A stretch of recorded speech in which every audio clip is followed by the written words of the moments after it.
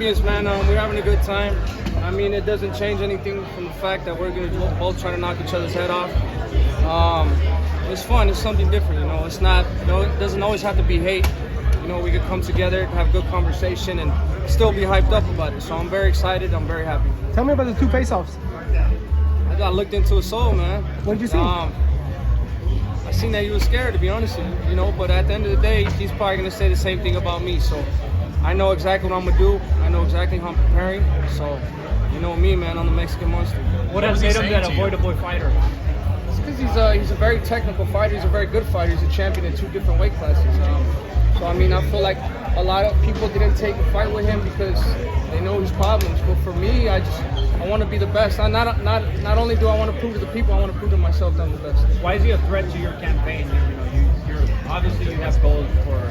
Yeah, because he's a top fighter. You know, it's always when you get fighters like this, it's always 50-50. He's a top fighter. I have nothing but respect for him. He's a great fighter, very technical. He has power, and so, you know, he's a threat to anybody.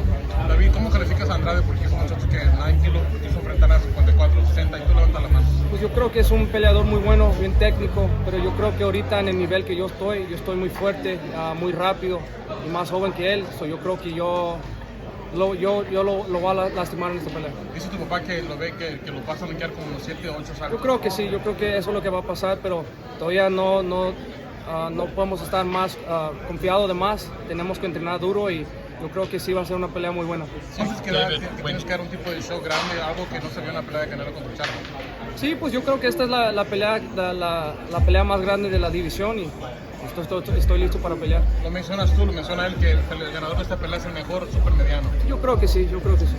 David, when you talk about when you looked him in the eyes and you thought he was scared, do you also see that from his demeanor just in general on stage? He's joking around a lot, and then when we look at you, you look like you got this look in your eyes like you want to kill someone. I think that's just how he is, to be honest with you. Well, maybe, I don't know, bro. I'm ready to do what the fuck I do, you know what I mean? I'm excited. You know, I've been training extremely hard, and this is just how I am. You know, I'm a cool person outside the ring, but in the ring, I'm a killer. How do you think you deal with him at long range, you know, at distance? Because it seems like that's what he's going to try to do. You know, that's for me to find out. You know, that's for me. I can't give out my secret plays. He's a good fighter. You know, there's a lot of things that he does good. But the thing about it is that you don't wait for one particular fighter. You have to learn how to fight the inside game and the outside game, and that's what we've been doing in our career. Did the plant fight help you with that, with fighting on the outside? Yeah. Plant. I mean, I've always had a lot of sparring partners that are boxers and move around a lot. So it just really depends. You know, I mean, it's not like I'm new to this. I've seen this style over and over again, so I know what to do. Your brother Jose, he's set to fight Jamal Charlo on the undercard. Talk about the significance of having a brother twin billing. It's really good, man. We're really motivated, especially when we train. I knew a big moment like this was going to come from soon, so I'm just happy to see him back in there. I'm happy to be a part of his training camp, and it's going to be a big victory for him. And I know it's going to be one of the biggest upsets of the year. Because my brother's going to go in there, there's going to be trouble. Do you see Jamal as a possible next opponent for you too? I don't know, not after my brother beats him. What do you make of Charlo now wanting to make that fight at a catchweight instead of 160? I don't know, they do what they do, bro. I'm worried about what I do. How did you think, Jamel, or what did you think of that fight, man, your assessment? I mean, I can't really criticize him too much. He's coming up in 2 weight classes. You know what I mean? He's 154 fighting a 168 pounder. He looked like he was trying to survive. I mean, I don't know what's going on in his camp. But I mean, he made it to the 12th round. I think with Canelo's performance, Canelo did what he did. He pressed the action, and you know, ultimately won the fight. Is there going to be referring to Jamal wanting to fight at 163 instead of 160 for your performance? Oh, shit. Okay. What do you make of just? The only way I'm seeing why the weight would be an issue because he hasn't fought in 2.5 years. So in that case, I understand him. But I mean, we've known about this fight for like about 2.5, 3 months. You know, maybe he was not preparing well, but I don't know. We'll keep it. We'll let him answer those questions. What does that say about your brother? Pues yo creo que era una pelea buena, ¿no? Y no quiero criticar el Canelo. Él hizo lo que siempre hizo. Se fue, se fajó y ganó la pelea. ¿Por qué decidiste tomar esta pelea con Andrade? Que has dicho que es la más importante de tu carrera. No, porque yo quiero ser mi propio hombre. Yo quiero ser el peleador mejor de esta división. yo creo que para hacer eso tengo que ganarle a todos los mejores en la división. El Andrade es un peleador muy bueno, rankeado como 4 del WBC. So esto es lo que quiero hacer. David, in that Canelo-Charlo fight, Canelo only threw 32 punches around. So, you know, he didn't get tired, but do you feel like that was masked a little bit by the really slow pace? And, you know, you throw twice as many punches as that when you get going. Is that going to be a big factor for you beating Canelo if and when that fight happens? Yeah, I think the key for me is to throw a lot of combinations, you know what I mean, and just to stand my ground. I think that's the difference between me and Canelo. I mean, me and everybody else that Canelo fights. Canelo has their way with them. They're smaller guys, you know, but I'm a big guy. I'm a young guy. I throw a lot of combinations, so you know, I'm very comfortable, and I want it. I'm hungry for this fight. Do you again? I know it's Andrade first, but with Canelo, do you have to establish the jab? I know Plant moved around a lot, but do you feel like you'll be able to get the jab going against Canelo, unlike Plant, because he comes forward? And do you have to, so he doesn't get to the body? Oh yeah, definitely. I mean, the jab is the key weapon in any fight. Jab. If you're a real pure boxing person, you know that the jab opens the doors to everything. But you know, it's different. The styles are different. You have a person coming in front of you; they're way easier to fight, as opposed to a person that moves around a lot. So I mean, it'll be a different fight. The styles are way different, so it'll be a completely different fight. Will there be some similarities in this fight to Canelo Charlo in that, you know, I know Andrade, he's not jumping straight up, but he's still a guy coming from 54 originally. You know, will you just be too strong for him, like Canelo was too strong for Charlo? I don't know. We'll see. That's why we're training extremely hard.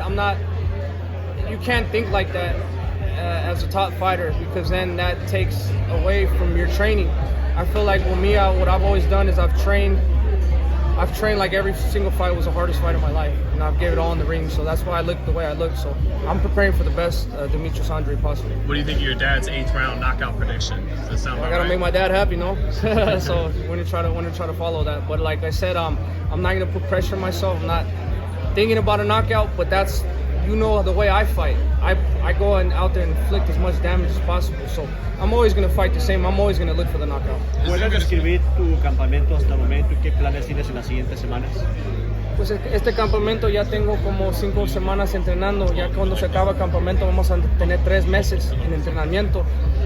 Pero estamos haciendo lo mismo. Tengo mi entrenador físico, Memo Heredia. Estoy haciendo sparring. Ya llegué a los 11 rounds con 3 sparring partners diferentes. Estamos trabajando durísimo para esta pelea. Ya sé que es una pelea bien difícil, pero tenemos que preparar bien. ¿Te ves más fuerte que antes? ¿Te ves más ancho que antes? ¿Crees que eso te beneficia para ese combate? Pues sí, pues como te dije, estoy trabajando duro. Es un peleador muy difícil, so me tengo que mantener entrenando duro. Una más, ¿qué opinas de ese día de Canelo contra Terence Crawford? Pues la verdad, yo creo que la gente no quiere mirar eso. Terence Crawford está peleando en 147, se va a subir 3 weight classes up. La gente ahorita quiere mirar unas peleas parejas contra mí y Canelo, porque yo soy el peleador más grande, no soy chiquito como los otros peleadores. So yo creo que esta es la pelea que todo el mundo quiere mirar. David, speaking of weight, man, how has the weight been in between the Plant fight and now? Good, bro. It's always the same. I mean, I don't know, like, it's good. I lose the weight. David, I think there was like a clip. You had the afro grown out and I don't give a fuck about no kind of weight, big, bro. you know? How do I look now? Do I look Good. kind of big? No. Well, there you Andrade go. is a tricky fighter. Who would you consider the trickiest fighter you've ever faced? Probably Caleb Plant. I mean, and then probably the next one be Andre. You know what I mean? This guy is a really good fighter. These guys are really quality fighters, and they have a lot of tricks in their bags, especially him being from the Olympics or being in the Olympics too.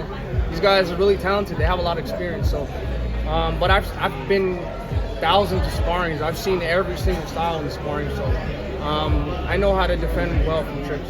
David, speak a little bit outside of the ring. Obviously, we know you're a monster inside the ring, but you know you're also a family man outside. You just proposed to to your fiance. You have another kid on the way. Just talk about that perspective. Being as a family man. I feel really level-headed, man, because at the end of the day, I could beat people up and then I could go home and be a family man. So, you know what I mean? I'm just very excited. I really want to build an empire. You know, my son, I see him doing the exact same things I was doing at his age, in boxing. So I really want to set a good example for my people, for my family. My brother, he's about to get a big fight. My little brother, Angel, he's starting to box too. And I just want it to be a whole empire and a whole family. Speaking of your little one, obviously, we've seen the power, we've seen the speed, we've seen the clips, man. How cool is that, just having him, being in the ring and being part of training camp? It's dope, bro. It's really motivating to me. It gives me the the motivation I need to keep going in there and working as hard as I can, because, you know, I want to give my son everything, and I want to put him in the best positions possible for him to be successful as a man. If he's watching this video, man, Thoughts on his resume, man? There's been criticism. You mentioned he's an Olympian. That's overlooked. Give me your thoughts on his resume. I mean, he's a double world champion. He's been a world champion at 150.